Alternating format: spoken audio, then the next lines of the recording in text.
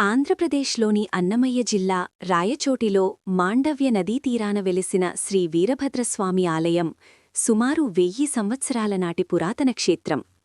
శివుని ఉగ్రరూపమైన వీరభద్రుడికి అంకితం చేయబడిన ఈ ఆలయాన్ని 12వ శతాబ్దంలో నిస్సంక ప్రతాపరాయలు నిర్మించారు. 15వ శతాబ్దంలో విజయనగర రాజుల కాలంలో ఇది పునర్నిర్మించబడింది. ఇక్కడి 56 అడుగుల ఏకశిలా దీపస్తంభం మరియు పూజించే స్థితిలో ఉన్న దక్ష ప్రజాపతి విగ్రహం ఈ ఆలయ ప్రత్యేకతలు.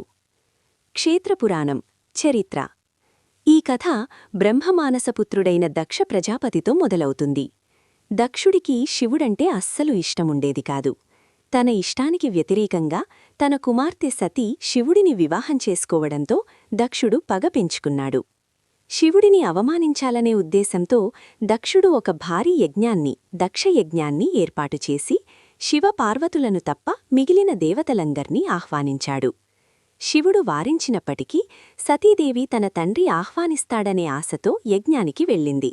కాని దక్షుడు అందరి ముందు శివుడిని ఘోరంగా అవమానించాడు.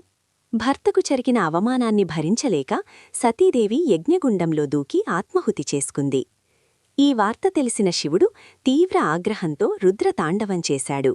తన జటాజూటం నుండి ఒక వెంట్రుకను తీసి నేలకు కొట్టగా అందులో నుండి 2 భయంకరమైన శక్తులు ఉద్భవించాయి. వీరభద్రుడు 1000 బాహువులతో, మేఘవర్ణంతో, అనేక ఆయుధాలను ధరించిన భయంకర వీరుడు. ఇతను శివుని వినాశక శక్తికి రూపం. భద్రకాళి దేవి క్రోధం నుండి ఉద్భవించిన రక్షక శక్తి. శివుని ఆజ్ఞ మేరకు వీరభద్రుడు, భద్రకాళి దక్షయజ్ఞాన్ని ధ్వంసం చేశారు.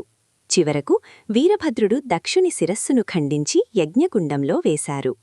చారిత్రక మరియు నిర్మాణ విశేషాలు.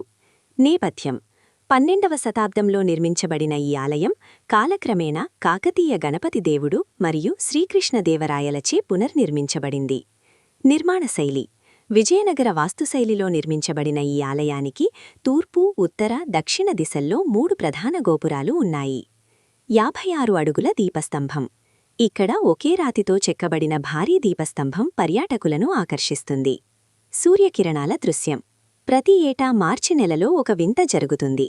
మొదటి రోజు సూర్యకిరణాలు స్వామివారి పాదాలను తాకి 5వ రోజు నాటికి క్రమంగా పైకి పాకుతూ ముఖాన్ని తాకుతాయి. దక్షిణ కాశీ. రాయచోటి వీరభద్రుడిని రౌద్రమూర్తిగా భావిస్తారు. ఈ క్షేత్రాన్ని భక్తులు అత్యంత పవిత్రమైన దక్షిణ కాశీగా పిలుచుకుంటారు. పండుగలు. మహాశివరాత్రి ఇక్కడ అత్యంత ప్రధానమైన పండుగ. ఆ రోజున లక్షలాది మంది భక్తులు మాండవ్య నదిలో స్నానాలు చేసి స్వామివారిని దర్శించుకుంటారు.